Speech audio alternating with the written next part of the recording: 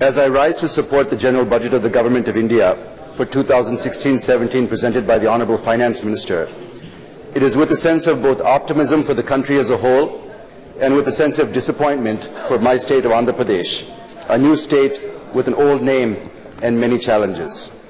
Sir, this is a pro-poor, pro-farmer, pro-women, pro-youth, pro-worker budget with unprecedented focus on the rural sector and investments for the growth of the future of India.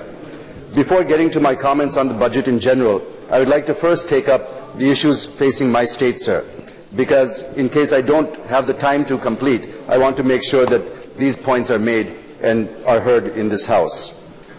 The agitation for the bifurcation of Andhra Pradesh, though decades old, was at its peak for almost 10 years prior to the actual bifurcation which took place in 2014, when the Parliament passed the AP Reorganization Act in the most undemocratic, unscientific and unfair manner. The state suffered a great deal due to the uncertainty during this decade. I am sorry to say that even 2 years later, we are still suffering from uncertainty, sir. Like the farmers of the country who live on unpredictable income, we are also living with unclear and unpredictable financial assistance from the Government of India. We still don't know how much we will get, nor when we will get it, sir. Many promises were made by both leaders of the Congress Party and the BJP, which are yet to be fulfilled. Even the promises made in the Act itself are yet to be fulfilled. While we appreciate the constant assurances that are being given, it is not enough in order for us to plan our finances in a responsible manner. The people of AP continue to be in a state of suspense and uncertainty. As per the 14th Finance Commission analysis, AP is the only large state in the country with budget deficit at the end of the award period, and the promise of filling the budget deficit is yet to be realized. We are getting it piecemeal, sir. Sir, I would like to remind this House that AP is not a non-performing state, unlike other states, which are deficit states. We are a performing state, but by the acts of this very Parliament, we are put into this financial crisis. So it is for this very Parliament to rectify the situation, sir. The people of AP have been waiting patiently, but this patience is evaporating, to put it mildly. The real response is much more vociferous than I'm able to state in this House today. I wish to reiterate for brevity that in my last 2 years' budget speeches, we are asking you this as an investment rather than an expenditure. If we continue to be in financial crisis, it will be at the cost of the nation. If you invest in us, we will quickly turn around and become a growth engine for the country, which we are very capable of becoming. Our people are our greatest strength and source. They are educated, confident, skilled, entrepreneurial, and proving their capabilities not only in the country, but also overseas. So with a little support from the centre, we can certainly create miracles, sir. We need priority on funding our budget deficit in full. We need priority on Polavaram, which was declared as a national project and is a lifeline for farmers of AP. We need clarity on funding for support of the new capital that we are building in Amaravati. Our CM is known for his golden touch, discipline and effective leadership. And anyone in India who knows him would never contest the plans and programs that he has set for Andhra Pradesh, sir. With the existing financial crunch, if AP is able to achieve the second best state in ease of doing business as per World Bank and able to achieve double-digit GDP growth, one can only imagine what kind of miracles we can do with a little help from the Union government, sir.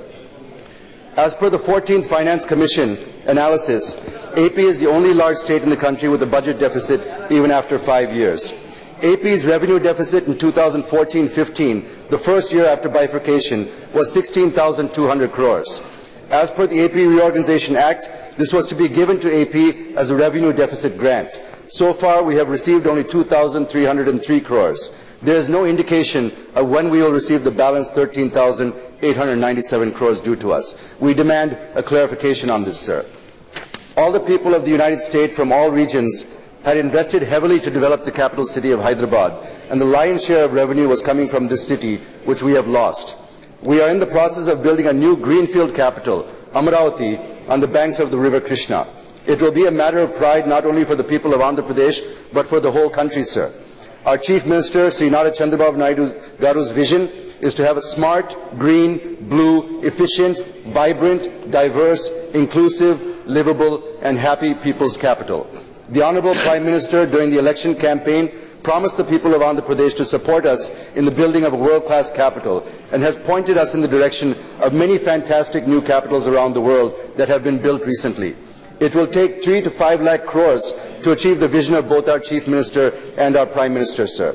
Our estimate is that it will require 15,000 crores in the next 3 years alone just for basic infrastructure and the government complex. We demand that the Honourable Finance Minister release 4,000 crores this year to get started on this most important project. 1 minute, please. Honourable members, I have a long list of speakers to speak on the general budget. If the House agrees, the time for the discussion may be extended by 2 hours. Yes. Agrees? Thank you. Those who want to lay their written speeches on the table, they can do so. It will be treated as a part of the proceedings. Sir, I was talking about the building of our new capital, Amaravati. We demand that the Honourable Finance Minister release 4,000 crores this year to get started on this most important project, for which more than 5 crore people are having aspirations and hopes. The Polavaram project is a multi-purpose irrigation project, which has been accorded national project status by the central government. It is part of the National River Linking Project and is designed to contribute to overcoming the deficit in water in the country, sir. As per the AP Reorganization Act, the Centre is to provide 100% funds for the cost of the project. The Union Budget 2016-17 allocation for the project is identical to the 2015 allocation and stand at 100 crores, despite an estimated cost of 20,000 crores, sir. Polavaram has been the dream of the people of AP for nearly 7 decades. It will provide irrigation facilities to about 2.9 lakh hectares, drinking water to the people of Visakhapatnam, East Godavari, West Godavari and Krishna districts of AP, and also generate 960 megawatts of clean hydropower. Once the project is completed, it will save nearly 3,000 TMC of Godavari water, which will otherwise flow into the Bay of Bengal, sir. I am happy to note the Honourable Finance Minister has set a target of irrigating 28.5 lakh hectares and has earmarked 20,000 crores for NABARD for this purpose. We demand the Honourable Minister to provide 3,500 crores this year for Polavaram and also request the reimbursement of 2,000 crores which has already been spent. Recently, the government of AP has completed the Pattisima project, and for the first time in the country, I can proudly say that our CM has been able to successfully link the Godavari and Krishna rivers to provide water to the drought-prone region of Rayalaseema. Assistance of 24,350 crores from 2014-15 to 2018-19 for the development of 7 districts of Rayalaseema and North Coastal AP districts has been assured. However, the Government of India has released only 700 crores, 350 in 2014-15 and 350 in 15-16. We requested 200 crores to each district to be released in this budget. However, AP's pleas for allocation of annual development grant of the 7 backward districts of the state has been ignored in this budget, sir. We demand that this is allocated in this budget, sir. On the incentives for industrial development as per AP Reorganization Act, the Government of India has kindly provided 15% additional accelerated depreciation and 15% additional investment allowance. This is not adequate to attract substantial investments, sir. We need the promised industrial incentives in line with Himachal Pradesh and Uttarakhand, which is excise duty, income tax and service tax exemptions for the next 15 years, sir. We also requested Government of India to provide 1,500 crores in the budget to develop industrial estates in AP to make the Make in India vision a huge success. This also does not find place in the budget, sir. And what do we say, sir, on the issue of special category status for Andhra Pradesh? We should not be treated, we should be treated separately and given grants as per the Reorganization Act. Normal grants cannot be shown as a special financial package. The state of Andhra Pradesh is staring at a revenue shortfall, and this could have huge impact on our sustained development. Also, the Government of India has been requested to provide externally financed project assistance as grant to the extent of 90%, with the state contributing the remaining on par with special category status states. The AP Reorganization Act 2014 also mentions setting up of a National Institute of Disaster Management in Andhra Pradesh, a state which gets ravaged by natural disasters, with almost 1,000 kilometers of coastline and Hudhud type of cyclones affecting us regularly. We need this assistance, sir. We need this institution, sir. The 2015-16 budget carried an allotment of 919 crores for this, which was revised to 650 crores. However, the 2016-17 budget has no mention of this allotment. We demand a clarification, sir. Sir, the farmers of the new capital area have come forward to the call of the CM of AP in a novel scheme of land pooling, wherein the farmers who voluntarily surrendered land will be given developed land in lieu of cash compensation. It is a case of win-win for the farmers and the state. The government of AP has requested for exempting the proceeds of first sale of the developed plots in the hands of farmers from capital gains tax, as land compensation on acquisition is exempted from capital gains tax already, sir. Honorable Prime Minister, during the Bhumi Puja last year, had declared at Amaravati that all possible assistance will be given to AP. Unfortunately, the request of AP for the benefit of farmers who sacrificed their land for the people's capital has not been acceded to. I demand this exemption be given with clear procedures laid out. Second one is giving income tax exemption for donations to build Amaravati, sir. Building a new greenfield capital city is a Herculean task. The CM has taken up the issue of income tax exemption to donations given for the construction of Amaravati. There is no mention about it in the budget, sir. We are part of the NDA alliance, and still we could not get this simple assistance, sir, which is city-specific, and donors are one-time individuals. Third is income tax exemption to donations for Smart Village and Smart Ward. The Honourable CM of AP has requested for exempting donations given to Smart Village and Smart Ward from income tax, sir. The Honourable Prime Minister has been a great advocate of rural India and smart towns. The request for an exemption for this important project of the Prime Minister has not been dealt in the budget, despite the government of AP flagging it several times with the Finance Ministry. Any donations for charity or good cause are limited, sir. Each segment of the needy will compete for the pie. The government of India will not lose any revenue as the pool of money to be donated for good causes is limited and will not expand because there is an exemption. Hence, I request the Honourable Finance Minister to please agree with us for an exemption as it benefits all citizens in rural and urban India, sir. The fourth is central excise duty exemption for prefab items for housing for poor, sir. The Honourable CM has requested for exempting prefabricated building materials in construction of housing for poor.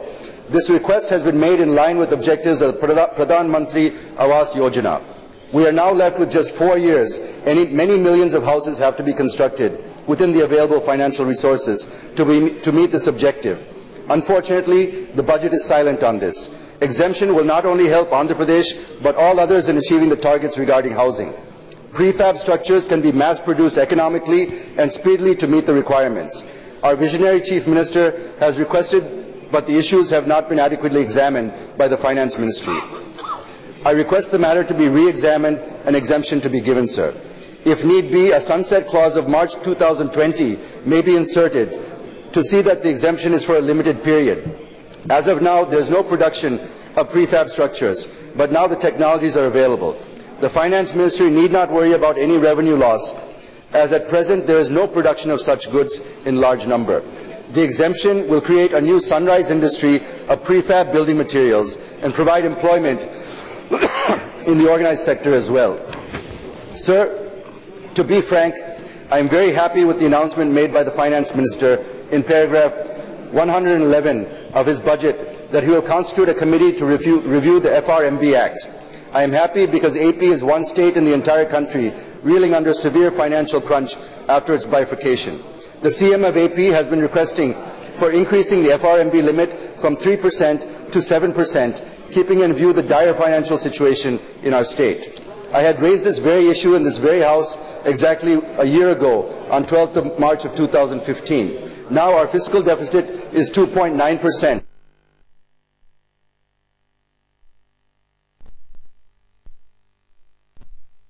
Finance Commission or the budget to come out of the fiscal deficit.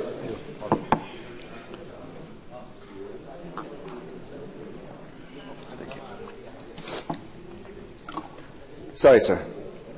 And moreover, AP would be the only large state in 2019-20 with revenue deficit. There is no other go for the AP government but to request the Union government to permit it to cross the 3% limit and give it elbow room to borrow up to 7% of the GSDP so that it can at least address some of the important areas of the economy. So I request the Finance Minister to give enhancing FRVM limits as one of the terms of reference to the committee, sir. The main thrust of the budget is that it maintained fiscal deficit in spite of global economic slowdown. The government has been able to increase its revenue. The Finance Minister has brought down direct taxes by 1,000 crores. Of course, if you look at the overall scenario, it has gone up to 19,000 crores. It is a good sign that incomes are going up, direct taxes on income are coming down, which benefits the lower income categories. In the current economic scenario, with all the needs of the country, the government spending on infrastructure, education, healthcare, social sector, rural development, agriculture, skill development are all investments for the future, sir. If we need to maintain our fiscal deficit and continue to spend on these sectors, the revenue generation is equally important, and this budget has done that, sir. It has raised revenue, maintains fiscal deficit, and has increased spending on social sector.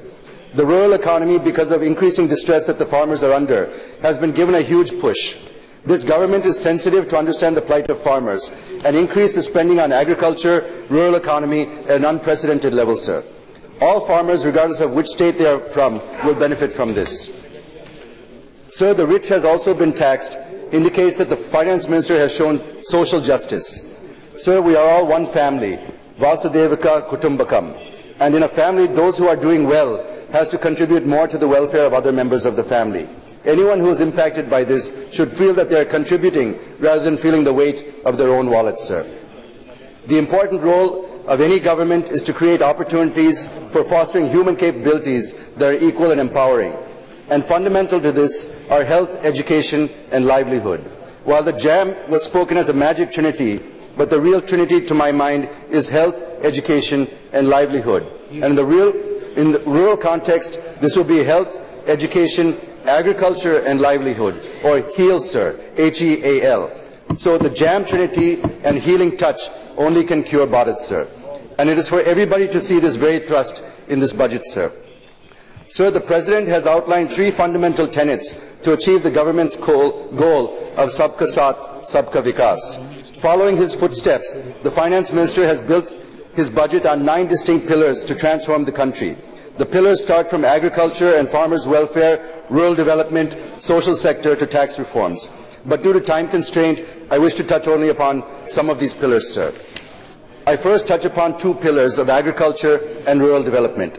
As I said in the beginning, that back-to-back drought years really made the government to focus on agriculture and rural development so that farming does not entirely depend on the monsoon. The Finance Minister has set a target of irrigating 28.5 lakh hectares this year. Allocation of 17,000 crores made for this year for irrigation, but the total requirement is 86,500 crores in the next 5 years. Of course, there is a dedicated fund of 20,000 crores in NABARD. It is a very ambitious target which has never been achieved in the past, and I wish that I am confident that we will definitely achieve this, sir. Secondly, I welcome enhancing agriculture credit target to 9 lakh crores. Here the problem is not with regard to loan, but the problem is with regard to rate of interest. Now the rate of interest is 7%, and the government is giving 3% interest subvention if farmer pays the loan regularly. With vagaries of nature like droughts and floods, farmers are not able to pay their loans regularly, sir. So I urge, there's genuine demand from farmers to make the interest 4%, sir. So I urge the government to look into this genuine demand and reduce the interest on farm loans to 4%, irrespective of repayment conditions, sir. Thirdly, about the recently launched Prime Minister's Fasal Bima Yojana. The objective is to provide insurance coverage and financial support to the farmers in the event of failure of a crop as a result of natural calamities, pests and diseases. Under this new scheme, farmers will have to pay a uniform premium of 2% for all kharif crops, all kharif crops, 1.5% for all crops, and for commercial and horticulture crops, farmers will have to pay a premium of 5%. The remaining share of the premium, as in previous schemes, will continue to be borne equally by the centre and the respective state governments. The scheme shall be implemented on an area approach basis. That is, a village is proposed to be taken as a unit. But my suggestion is for consideration to the Finance Minister is to take every acre of farmland as a unit so that every farmer is benefited, and this is what precisely the objective of this scheme, and this is the demand of the farmers, sir. Our CM of Andhra Pradesh has also taken various measures for farmers, and the most courageous decision is to waive off farm loans, and he has implemented it successfully, sir. The state has also taken an initiative called Polam Pilustundi, or Farm is Calling. It aims to integrate technology and agriculture to make it profitable and sustainable. Sir, it is welcome that the direct benefit transfer has also been introduced on a pilot basis in some districts and in some social sector schemes. The budget is also proposed to bring in fertilizer under this, but I only urge the Finance Minister to study the way it is being implemented with regard to food security in the two union territories of Chandigarh and Puducherry, where people are finding it difficult since they are not getting quality food grains with money they are getting through DBT. I'm coming to my conclusion, sir. I also welcome 100% FDI in food processing sector. It is a progressive decision. I'm saying it's progressive because 44,000 crores worth of fruits, vegetables and grains are wasted in the country every year, and it is one of the contributors of food inflation. And as per the recently released report of FICCI KPMG, we are losing 30% of farm products due to lack of cold storage facilities. Coming to AP, which is one of the leading producers of horticulture products with more than 9,300 units, we are losing more than 5,600 crores annually due to lack of processing facilities. So there is a need for post-harvest infrastructure in the country to achieve 20% growth from the existing 8.4%. And there is also a need to increase India's share in world food production from 2.75% to 5%, sir. And I'm confident with FDI and food processing we can achieve this. Sir, to conclude, the Honourable Finance Minister has correctly said in 2008 that if the plowmen keep their hands folded, even sages claiming renunciation cannot find salvation. This budget by Mr. Arun Jaitley ji sincerely attempted to unfold those very hands which are folded for the last decade or so, sir. With these observations, I once again support the budget. Thank you, sir. यहाँ किसी को कोई रास्ता नहीं देता, यहाँ किसी को कोई रास्ता नहीं देता, मुझे गिरा के अगर तुम संभल सको तो चलो।